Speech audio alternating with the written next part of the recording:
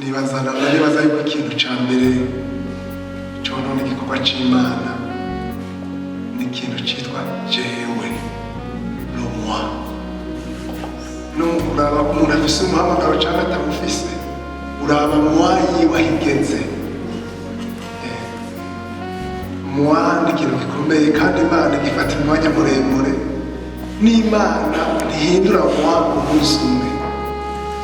Mwa ya Mose, jewe ya Mose Imana yayihinduye mu myaka 40. Si ikintu nacoroshe. Umuntu ashobora kwihana umunsi ejo ngo avuge ngo agiye gukorera Imana, wagiye kuvuga ubutumwa. Aha uzohava usanga akorera jewe yiwe. Mwa ayariri bahanura ku Mana icana ico ni ikintu gikomeye. Mwa ni iri kurasambura amashengero mu isi.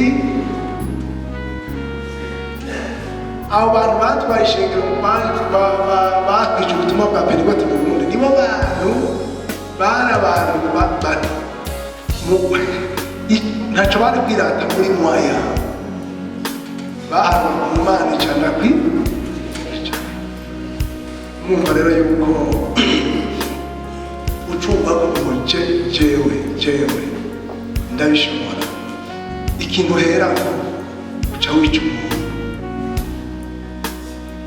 None se Mose yavuga ndabishobora ngo bakura ku message. Etape yatanguriye ko ishuri. Imana itekaye uracakeneye ishuri y'imyaka 40.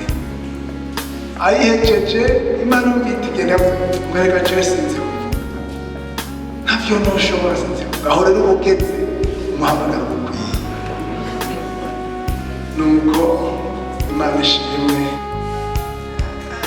mu kintu catumije Mpwemu Yera ca mbere byo watangaza. Ikintu catumije Mpwemu Yera muri histoire y'ishengero ni theology. Ndasubira ikintu cazimije Mpwemu Yera ca mbere ni theology. Mu gihe bita periode scolastique, aho bari batanguye kwiga cane ivy'Imana, hacatangura kuza ivyiyumviro bitandukanye, hatangura kuduga ibintu vyitwa vya exegese n'amahermeneutique, bituma guharura abantu basubira kwikora mu mitwe kurusha uko bikora kuri Mpwemu Yera.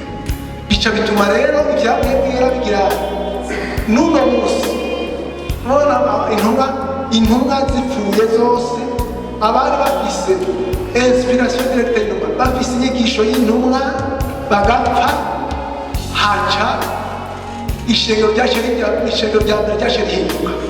Rihindutse rero ritangura kurongorwa n'ivyiyumviro kurusha uko durongorwa na Mpwemu Yera. Uriko muraje ko rero ishengero ridashobora kuzimangana. Nico gituma Imana yasubiye kwatsa umuriro iwakirije ku muntu atagiye mu ishuri. Ibiceri nibaza ko ari ibintu bigoye kubwira abantu twebwe twize ubumengo n'ibintu bigoye. Mugabo umuriro wakijwe n'umuntu atigeze aja mu ishuri.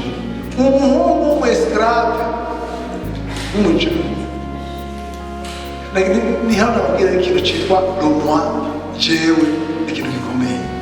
Ikintu Imana ikorera irabanza ikagikubita rwose kugira ngo ishobore gukorera muri wewe. Nuko wewe ubanza kuba muto nayo ikaba. Hanyuma iyo ubonye ko ivy'impwemu bimanuka, urindire ko habaho igihe gishasha, saison nshasha, ikindi gihe c'umuvyu.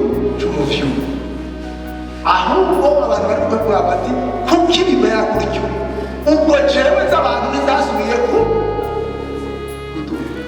ubwo abantu ntasigaye bikora ku vyiyumviro vyabo, kuko birivuga ngo ntiwishimire ubwenge bw'iwawe.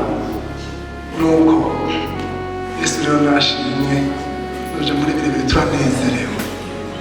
Ariko mwumva ko ivyo bintu vyose bizunguka kw'ijambo rikomeye rimwe ryitwa Mpwemu Yera.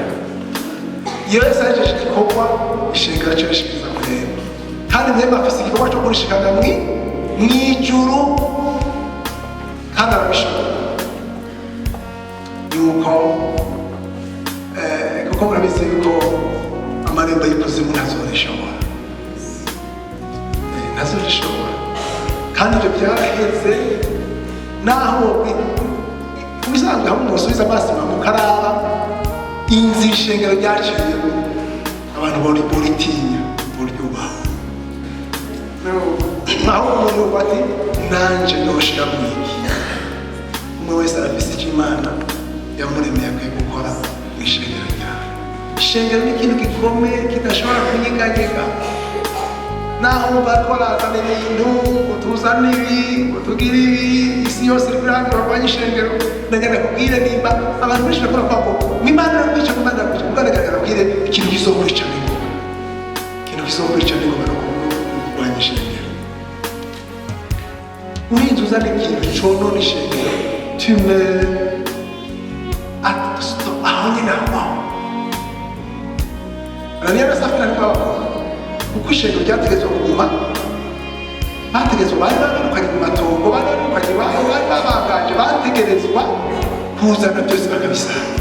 Niho bari bageze mwene bajambo, niyo kontekste barimo. Iyo kontekste ihindutse ishengero ntiryashobora kubandanya.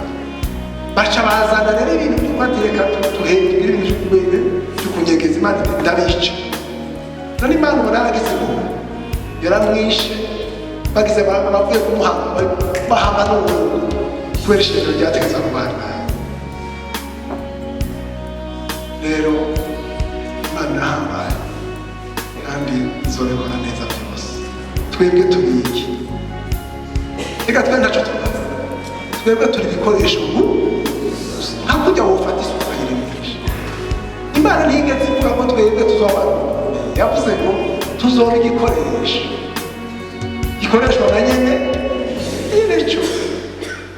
icyo gituma umuntu yogomba yoca bugufi, Imana ikagira umukoresha.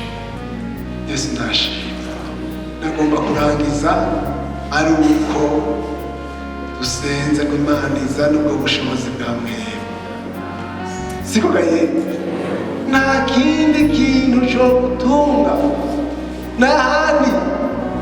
Uko uzomanuka niko Imana izoba nini muri wewe, uko uzokwiduza niko Imana izoba no muri wewe, uko uzokwiyumvira umwanya munini ku by'iwawe niko Imana izoba nto, uko uzokwiyumvira Imana umwanya munini niko Imana izoba nini. Ariko uko wihanagura niko Yesu ari kubona agaragara. Tu te fasses, Jésus apparaît.